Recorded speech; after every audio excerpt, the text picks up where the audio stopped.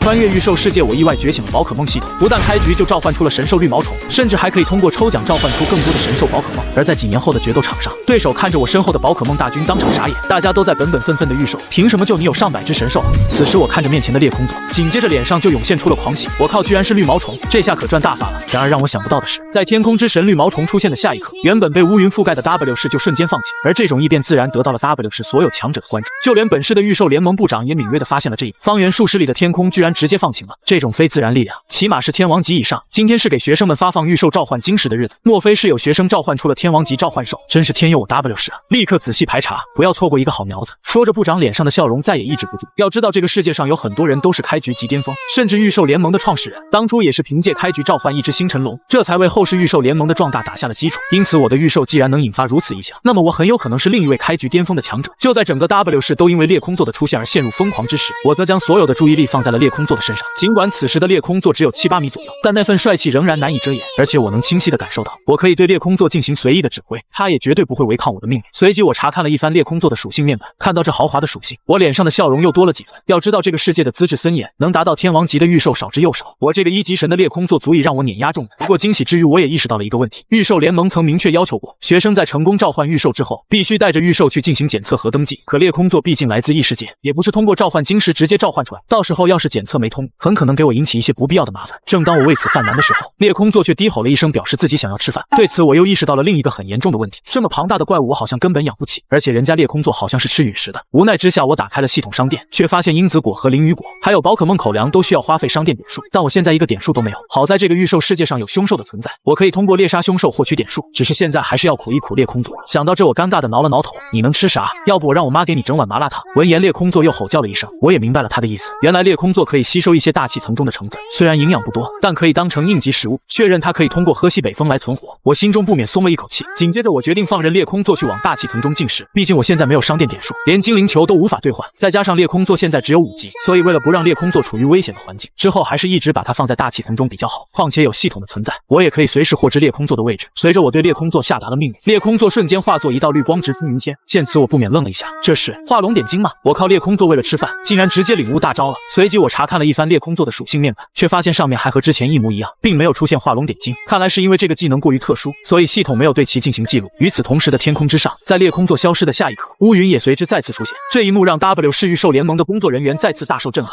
可他们即便是使用卫星观测，也没有发现裂空座的痕迹，没有任何发现。乌云就像是被抹去之后再突然出现一般。听到身旁工作人员的报告，部长的神情顿时凝重下来。我们低估了，这不仅仅是驱散，而是屏蔽，对方可能不止天王级，甚至可能是冠军级。下令封锁一切信息，否则 W 市一定会大乱。而另一边的我则全然不知预售联盟的紧张，反倒是在到家后就迫不及待地打开了系统，并在时间来到12点后开始了每日抽奖，准备借此再抽出一只精灵来当做我明面上的主力精灵。至于裂空座则当成底牌，以免其他人对我的裂空座产生贪念。此时随着抽奖结束，一只可达鸭随之出现在了我的房间中。面对这一幕，我心中一喜。虽然我知道可达鸭普遍情况下不太靠谱，但人家毕竟是偶尔的神，作为我明面上的主力精灵完全够格。就在这时，可达鸭歪着脑袋对我嘎了一声，见他有些疑惑，我面带微笑地解释了起来，我以后就是你的预售师了，而且从今往后你将是我的主力，明天我就带你去预售联盟登记。说完，我查看了一下可达鸭的属性面板，尽管可达鸭的资质只有精英，但我却非常满意，这般资质已经足够解决我眼下面临的问题。可让我没想到的是，下一秒可达鸭就突然开始了摇头晃脑，就连资质也在眨眼间冲上了天王级。这一幕让我瞬间傻眼，怎么资质居然还能随时变化？然而还不等我为此感到高兴，可达鸭的资质又转而退回了精英级。对此我立马想起了可达鸭的资料，他在剧烈头痛时可以爆发出强大的精神力，但头痛之后所有的事情又会忘得一干二净，看来这就是可达鸭资质不停变化的原因。想到此处，我摸了摸可达鸭的脑袋，你也不用故意头疼，之后你只需要负责嘎嘎，裂空座负责乱杀，你们两个在一起那就是天下无敌。闻言，可达鸭又嘎嘎了一声，像是在说我丫丫才是主力。而在这时，大气层中遨游的裂空座像是有感应一般，直接将目光望向了我所在的城市，似乎对可达鸭想要抢自己的大哥位有些不满。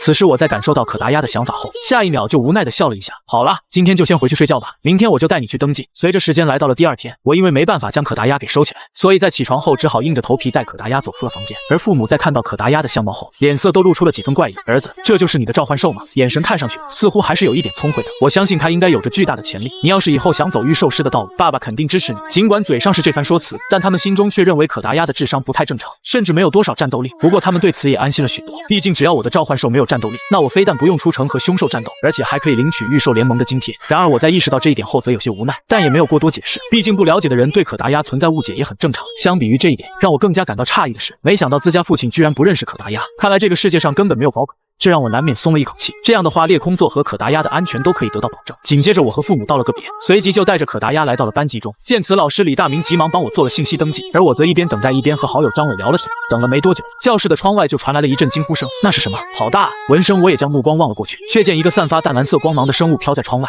不但身形十分巨大，甚至还隐隐有一种神圣感。就在我为此感到好奇的时候，周围的同学再次议论了起来。打听到了，那是6班班花顾思琪的召唤兽，好像是叫做天使。什么？又是一个叫做天使的召唤兽吗？听到天使2字，周围的人都倒吸了一口冷气。这100年多以来，人们召唤出了各种各样的召唤兽，名字也自然会出现重复。不过尽管天使一词让众人耳熟能详，但也只有强大的生物才能配得上天使的名号。发觉到这一点后，众人都一脸的羡慕嫉妒恨。要知道，并不是每个学生都能召唤成功，也只有拥有了召唤兽才能进入御兽班，从此开始御兽师之旅。再加上御兽师和御兽师之间也有很大的差距，而且顾思琪之前就凭借出众的外貌条件和家世，成为了让他们都仰望的存在。因此看到顾思琪的天赋居然如此逆天，众人一时都有些无法接受。不过对此我却是丝毫不在意，毕竟我有裂空座和系统在手，顾思琪就算再逆天，也不可能有我牛波一。就在这时，李大明也终于完成了对班级的统计，最后发现偌大的班级包含我在内，只有5个人召唤成功。随即李大明就带着我们去往了城中的御兽联盟，工作人员则对我们的召唤兽进行了检测，准备看一下我们对各自召唤兽的掌控度。轮到我进行检测的时候，负责检测的工作人员明显愣了一下，毕竟他从来没见到过可达鸭，甚至可达鸭表现出的智商也显然有些过低，这让他当即给了可达鸭一个潜力堪忧的评价。不过在接下来的检测中，我还是顺利通过，并得到了一枚象征身份的御兽徽章。同学，之后你只要佩戴好徽章，再带上召唤兽，就可以随时出城了。但因为你还没有猎杀过凶兽，因此徽章还是无星，只有猎杀了100积分的凶兽才能成为1星御兽师。等到你成为星级御兽师，你就可以进入到时空裂缝中狩猎了，相应的补贴也会随之增加。听到工作人员的话，我若有所思的点了点头。这个世界上的各个地方都存在大小各异的时空裂缝，这些裂缝连接着不同的异世界，里面不仅会时不时的涌出凶兽，还可以影响周围的物理法则，所以时空裂缝一直被视为人类最大的威胁。但只要实力强大到了一定程度，时空裂缝也反而会带来很多的机遇。不过目前我对时空裂缝没什么想法，而是打算在外面猎杀一些相对弱小的凶兽。因此在召唤兽检测结束之后，我就带着可达鸭直接去往了城外。如今的城外在凶兽的破坏下，几乎除了废墟就是荒野和森林，同时也处处隐藏着危险。而我走了没多久，就迎面碰到了无数只普通级的凶兽凶牛郎。对此我丝毫没有慌乱，毕竟要是情况不妙，我完全可以一道指令叫来裂空座。可让我没想到的是，看到凶牛郎的一瞬间，可达鸭就主动挡在了我的身前，嘴里还嘎嘎叫了一声，意思像是在说丫丫要保护御兽师。紧接着他抱住了自己的脑袋，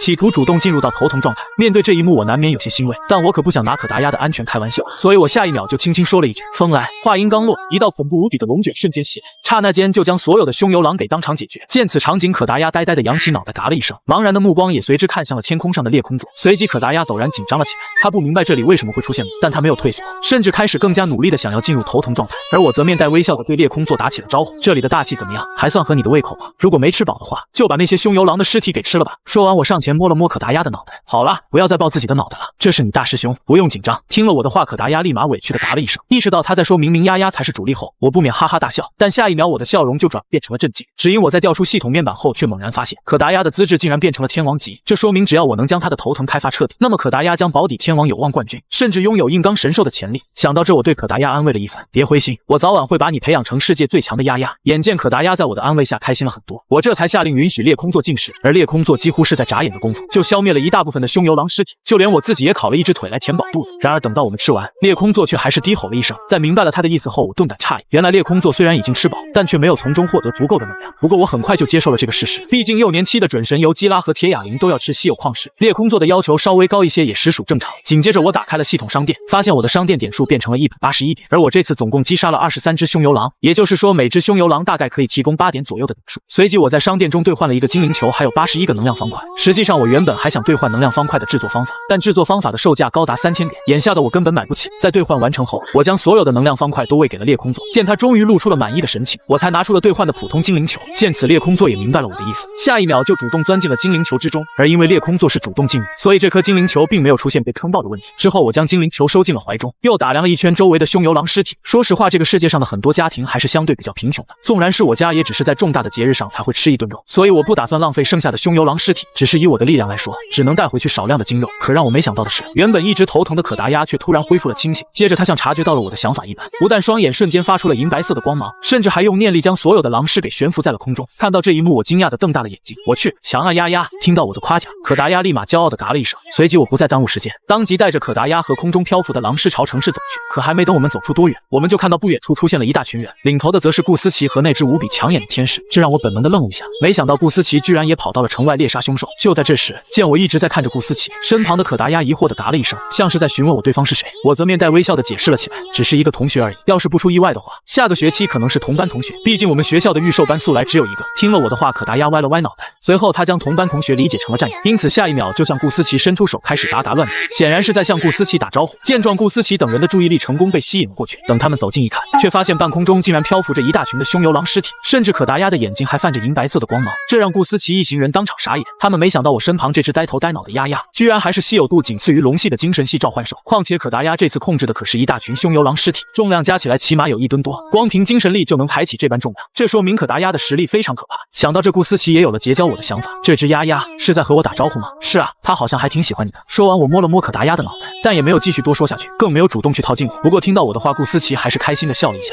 谢谢，他真的能把这么多尸体都给带回去吗？需不需要我帮你们？不用，这也算是一种锻炼了。说完，我和顾思琪又简单聊了几句，之后才缓缓朝城门的方向走去。顾思琪则望着我离开的背影，久久没有说话。作为这一届新晋的御兽师，他一直以为只有一中的松下才能成为他的对手，却没想到有人竟然比他还要勇猛。而跟在顾思琪身后的众人也陷入了沉思，他们都来自不同的猎兽公司，平日里就依靠猎杀凶兽来赚取利益。这次跟着顾思琪一起来到城外，就是想看看顾思琪召唤兽的真正实力是否能帮他们猎取足够的凶兽，创造价值，再根据观察来决定要不要把顾思琪挖到自家公司来。不过他们在看到我这个新晋御兽师后，不少人都有了放弃顾思琪转拉拢我的想法。正当他们各怀鬼胎之际，顾思琪突然动身朝我来时的方向走去，想看看我是否留下了战斗痕迹，再以此来判断一下我的真正实力。见状，其他人也跟在了顾思琪的身后。可当他们走到我之前的战斗现场时，众人都不免震惊地瞪大了眼睛。只见现场的地面就像是被飓风给犁了一遍，不但一根小草都没有留下，就连方圆100米的树木都被拦腰斩断。他们不敢相信，我身边那只呆头呆脑的丫丫居然有如此恐怖的战斗力。就在众人都保持沉默的时候，队伍中的一个人突然开口，他该不会是捡漏了吧？这种层次的战力可是已经达到了天王级以上，那可是能获得全线开疆拓土，甚至是重建城市的镇守级存在。闻言，顾思琪露出一副若有所思的神情，他非常清楚，如果这一切真是我所造成的，那么我的实力绝对不是他可以碰瓷的存在。但让顾思琪最惊讶的是，召唤兽在通常情况下都会表现出和御兽师相同的特性，这也是他能召唤出天使的原因。但按照可达鸭的特性来说，我很可能也是一个呆头呆脑的家伙。想到这，顾思琪轻声笑了一下，藏匿的天才吗？看上去呆头呆脑，但却有无限的潜力，还真是有意思呢。此时顾思琪的话音刚落，众人的四周就突然出现了一大群凶油狼，并将他们给围在了中间。实际上，这群凶油狼在之前裂空座进食的时候，就因为血腥味所以来到了附近，但迫于裂空座的威压，他们都没敢靠近。直到顾思琪等人出现，这群凶油狼才敢围过来。看到这一幕，顾思琪身后的众人不免开始了骚乱。这里明明离城市没多远，怎么会出现这么多的凶油狼呢？难道是附近出现了新的时空裂缝吗？不要再说废话了，凶油狼的爆发速度很强，咱们一个不小心，甚至会遇到生命危险，还是全神贯注的御敌吧。然而顾思琪却拦住了众人，不用你们出手，正好让你们看看我的实力，你们和我出来，不就是为了这个吗？说完，顾思琪上前一步，天使，就让咱们一起净化他们吧。与此同时的另一边，我和可达鸭已经回到了御兽联盟在城市外的收购点，准备将凶油狼的尸体都换成积分和钱。而周围的人在看到半空中的狼尸后都震惊不已，甚至纷纷围了过来，想邀请我加入他们的猎兽队伍。尽管我拒绝了众人的邀请，但众人也没有为此产生任何的不满，毕竟用精神力来托运凶兽的尸体简直闻所未闻，这已经足以证明我的强大，也可以证明我完全有资本拒绝他们。对于众人引发的骚动，御兽联盟的工作人员自然也听到了动静，其中也包括之前负责给可达鸭进行检测登记的工作人员。这名工作人员叫做朱晴，一直都在从事有关召唤兽的研究，平日里也喜欢来到收购点查看各种各样的凶手。但在他看到可达鸭的表现时，却不禁对自己引以为傲的研究产生了怀疑。可达鸭的能力居然这么强大，我还真是看走眼了，亏我还想通过御兽检测师的考试呢。这么强大的召唤兽竟然被我当成了战五渣，果然任何新出现的召唤兽都值得注意啊。不过我要是可以将可达鸭作为主角，从而写出一篇论文来，那我是不是有希望通过御兽检测师的考核？况且我长相不差，还有不少的专业知识，或许可以先提出无条件帮忙培养。这样想来，可达鸭的主人也会同意。正当朱晴下定决心的时候，我也将所有的凶油狼尸体都兑换成了积分和钱。这次我总共兑换了36点积分，并且还将狼尸卖出了总共15万的高价，这让我不免陷入了狂喜，同时心中也立马有了如何花掉这笔钱的想法。紧接着，我带着已经恢复常态的可达鸭离开采购点，但这时朱晴却来到了我的面前。你好，苏露，我叫朱晴，也就是之前帮可达鸭进行检测登记的那个工作人员。我想以可达鸭为对象写一篇论文，所以想要仔细的观察他一下，不知道可不可以？说着，朱晴还摆出了一副可怜兮兮的神情，但我却严词拒绝了他的请求。美女，女，你不会不知道吧？可达鸭可是我的第一只召唤兽，是我的挚爱亲朋，怎么可能给你随便观察？听了这话，朱晴不免有些惊讶，可达鸭更是感动的嘎嘎乱叫。不过紧接着我就话锋一转，所以得加钱。我的话让可达鸭震惊的嘎了一声，朱晴则有些猝不及防，但这番话对他来说却是一个好消息。好，不过你需要多少的研究费呢？不多，就你最后研究收益的70%吧，加上每月1万。此言一出，朱晴直接一口答应了下来。我则和他约好了之后的观察时间，随即就回到了城市之中。紧接着我用刚刚兑换的15万，把家里的家具都给换了一通，而爸妈在回家发现这一点后都非常高兴，纷纷对我和可达鸭夸奖了起来。不过相比于我们一家的轻松氛围 ，W 市御兽联盟的部长东岩峰却不怎么开心，只因召唤兽检测登记已经基本完成，但还是没有出现那只疑似可以操控天气的强大召唤兽，也就是我的那只裂空座。在排除了种种可能之后，东岩峰的心中只剩下了最后2个可能性，要么目标的主人是外来人员，所以没有参加 W 市的召唤兽检测登记，要么目标是一头野生的凶兽，可这也意味着 W 市的安全将面临极高的威胁。就在东岩峰为此感到困扰的时候，一名工作人员突然急匆匆地来到了他的面前。部长，刚刚探查队传来消息，一个叫做顾思琪的御兽师击杀了一大群的凶牛狼，可随后附近就出现了上万只凶牛狼的气息。尽管顾思琪等人最后成功逃脱，但探查队却发现 W 市外的3公里左右出现了一道新的时空裂缝，初步判断为精英级，里面的凶牛狼数量起码上万只。眼下我们的人正在对时空裂缝中的凶牛狼群进行阻击。闻言，东岩峰顿时震惊不已，急忙带着城中的一大群御兽师赶到了时空裂缝中，并参与到了对凶牛狼群的阻击之中。不过由于凶牛狼的数量极多，同时还有一只实力达到天王级的苍月凶牛狼在指挥，因此御兽师很快就陷入了劣势之中。眼见凶牛狼即将突破阻击，东岩峰索性把心一横，将最后的安排吩咐给了身旁的手下。这群凶兽的进攻越来越凶猛了，我接下来会设法拦住苍月凶牛狼，你去联系城主，如果到了不得已的境地，就召集市内的所有御兽师参加战斗。与此同时的 W 市内，我因为实在睡不着，所以就和可达鸭乘坐着裂空座来到了城外，准备猎杀凶兽来赚取更多的商店点数。可刚飞出了没多远，我就看到一大群御兽师正在一道时空裂缝前开展了对凶牛狼群的阻击行动。见此场景，我顿时眼前一亮，紧接着就操控裂空座来到了战场上方。随着我们的到来，整个战场瞬间笼罩上了一片阴影，无论是御兽还是凶兽，都在裂空座强大的威压下开始了瑟瑟发抖。凶牛狼群甚至还纷纷哀嚎了起来。然而我却没有理会这群凶牛狼的示弱，反倒是面色平和地下达了命令：裂空座，碾碎他们。此时裂空座听到我的命令，下一秒就释放出了无数道龙卷风，并在眨眼间将数不清的凶牛狼给撕成了碎片。而那头苍月凶狼则在鲜血的刺激下，彻底失去了所有的理智。随着一声咆哮，他的脚底出现了一条月光汇聚成的长路。紧接着，苍月凶狼踏着长路朝裂空座迅速跑去。在他的本能意识中，任何躲在天空上的生物身体都脆弱无比，只要能靠近，他可以瞬间将这些天空上的生物撕碎。然而面对不断逼近的苍月凶狼，我却冷静地下达了指令：裂空座，用龙卷限制住他的行动。之后再使用原始之力。在我的话音落下后，裂空座的身上立马产生了一种奇异的波动，各个属性也得到了全方位的提升。随即他在口中凝聚出一颗能量球，砸向了苍月凶狼，几乎是在一瞬间就成功杀死对方。紧接着裂空座开始在战场上空四处遨游，不停地掀起龙卷风进行攻击。等到这场战斗彻底结束，不但裂空座的等级来到了26级，甚至我还获得了54341点的商店点数，可以说是受益颇丰。与此同时的地面上，东岩峰在目睹了刚刚发生的一切后，下意识地开始了喃喃自语：好强，这就是那头可以操控天气的天空之龙吗？我们艰难应对的凶牛狼群，但他却能随手秒杀。说着，东岩峰将目光看向了裂空座身上的我，